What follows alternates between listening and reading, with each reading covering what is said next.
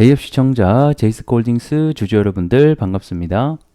제이스콜딩스 관련해서 여러분들이 투자하시면서 알고 계셔야 되는 중요한 이슈와 주가에 영향을 미칠 만한 요소들 하나하나 전달해 드리는 멘토 이진욱입니다. 자, 오늘 여러분들과 얘기해 볼 주제는 바로 이 니켈 가격과 이 니켈에 대한 공급적인 측면을 함께 얘기해 볼까 합니다. 최근에 이 제이스코 홀딩스가 주가가 굉장히 큰 상승이 나오고 있죠. 이런 큰 상승이 나오게 된 배경으로는 또 니켈 얘기를 안 해볼 수가 없을 것 같습니다.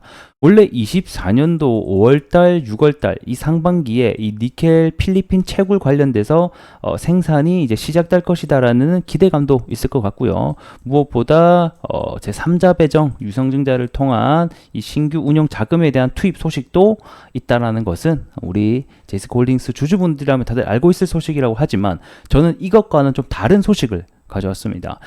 현재 이 세계 3위 니켈 광산이 지금 조업이 중단될 것이다라는 소식이 들려오고 있는데 왜 조업이 중단되는지 요게 이제 중단이 되고 하면 공급적인 측면이 문제가 생기겠죠. 그러면 니켈 가격이 올라갈 수 있기 때문에 이와 관련된 얘기를 오늘 여러분들과 하나하나 중점적으로 해보도록 하겠습니다. 자, 이슈 체크해 보기 전에 니켈 가격 먼저 확인해 보도록 하겠습니다.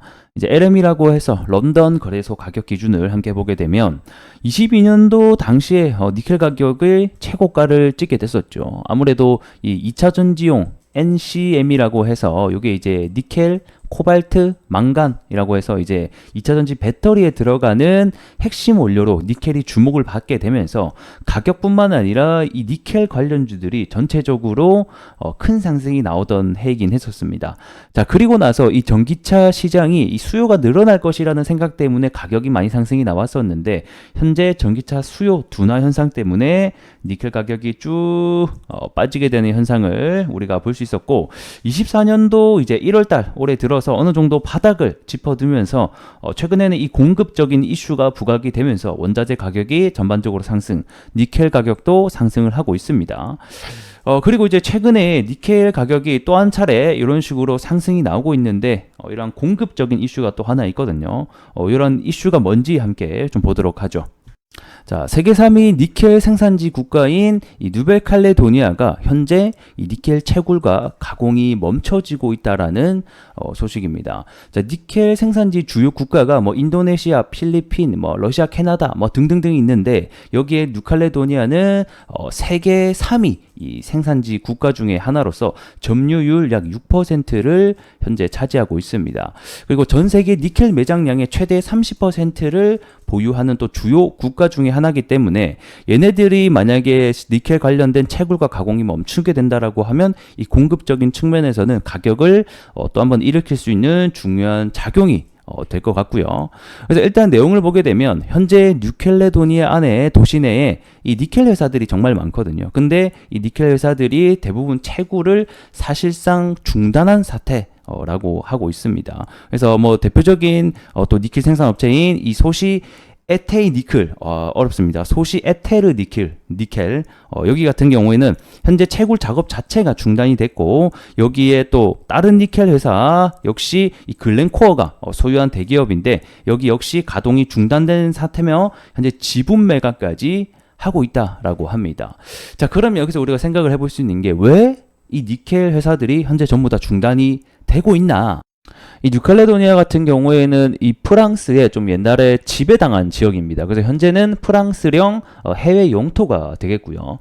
근데 최근에 프랑스에서 어떤 발표를 했냐면 이 뉴칼레도니아에 10년 이상 거주하게 된 인원 같은 경우에는 이 지방선거 이 투표권을 주어지는 방안이 추진을 하게 됐는데 이게 이제 의회가 통과되자 여기 뉴칼레도니아 안에서 원주민들이 있거든요. 이 뉴칼레도니아의 40%가 원주민으로 이루어져 있는데 이 원주민들이 극심한 반발을 하고 있다. 그래서 뭐 최근에는 유혈 사태까지 일어나고 있는 중입니다. 아무래도 뉴캘레도니아 같은 경우에는 1980년도 이후로 꾸준히 이 독립을 외치고 있는 나라이기도 합니다. 그래서 아무래도 이 친프랑스인들로 구성이 된다라고 하면 이 독립에 있어서 더 아무래도 안 될 가능성이 높기 때문에 반대를 하고 있다라고 저는 좀 생각이 들고 있네요. 그래서 이 여기 안에 이 카나크족이라는 얘네들이 있는데 대부분의 이 카나크족들이 이 니켈 회사에서 뭐 취직도 하고 뭐 운영도 하고 하기 때문에 사실상 현재 니켈 회사들이 대부분 이 중단된 사태가 이러한 배경이 있다라고 확인해 보시면 좋을 것 같습니다. 자, 차트 보면서 함께 얘기해 보도록 하겠습니다. 제가 24년도 3월 달쯤에 한 차례 여러분들께 이 필리핀 광산 채굴 관련해서 올해 상반기 5월 달, 6월 달에 시작이 될 것이다 라고 또 얘기를 해 드린 바가 있죠. 그뿐만 아니라 상승 모멘텀을 하나 더 보게 되면 24년도 올해 이제 8월 달부터 이 전기차 배터리 업체에게 탐방을 하면서 계약 관련된 얘기를 한다라고 합니다. 그래서 이렇게 일정이 있기 때문에 또 주가가 함께 올라가게 되는 또 배경이 되지 않았나 저는 또 이렇게 생각을 하게 되고요. 무엇보다 최근에는 이 삼자 배정 유상증자라는 이슈를 통해서 또 주가가 한층 더 끌어올리게 되는 배경을 갖고 있습니다. 자, 일단 우리가 생각을 해봐야 되는 리스크적인 부분은 아무래도 12 물량이 있죠. 즉 전환사채 물량이 있기 때문에 일단 요게 일단은 주가 하락을 내릴 수 있는 주 원인이 일단은 첫 번째가 될 것 같고요. 하지만 현재 이 형광색 선인 5일선을 잘 타고 올라가는 모습들을 보여주고 있기 때문에 이 단기적으로 매매하시는 분들에게는 이 5일선을 계속해서 타고 올라가는지 여부가 우리에겐 또 중요한 포인트가 될 것 같습니다. 하지만 현재 이 주가가 저항을 받고 있는 자리 위치 자체가 어디냐면요. 이 과거에서부터 꾸준히 이 지지를 받았던 가격이었거든요. 여기가 지지받았던 가격이 아래로 뚫리게 되면 이제 여기가 강한 저항선으로 바뀌게 됩니다.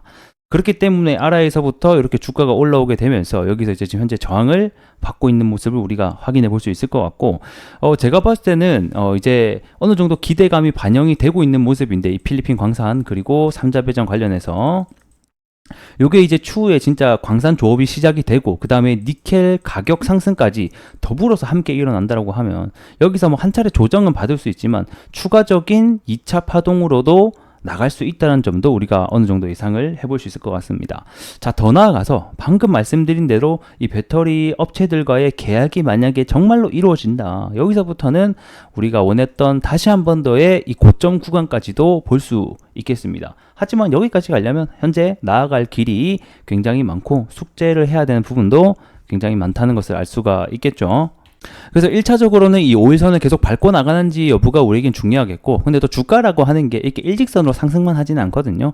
보통 이렇게 단기적으로 급등이 2배 가량 정도 나오게 됐을 때는 일반적으로 조정이 보여줄 수 있다는 점, 그렇게 놓고 봤을 때는 이 장기 이평선 기준으로 해서 주가가 지지를 받는지 여부도 우리에게는 중요한 포인트가 될 것 같습니다.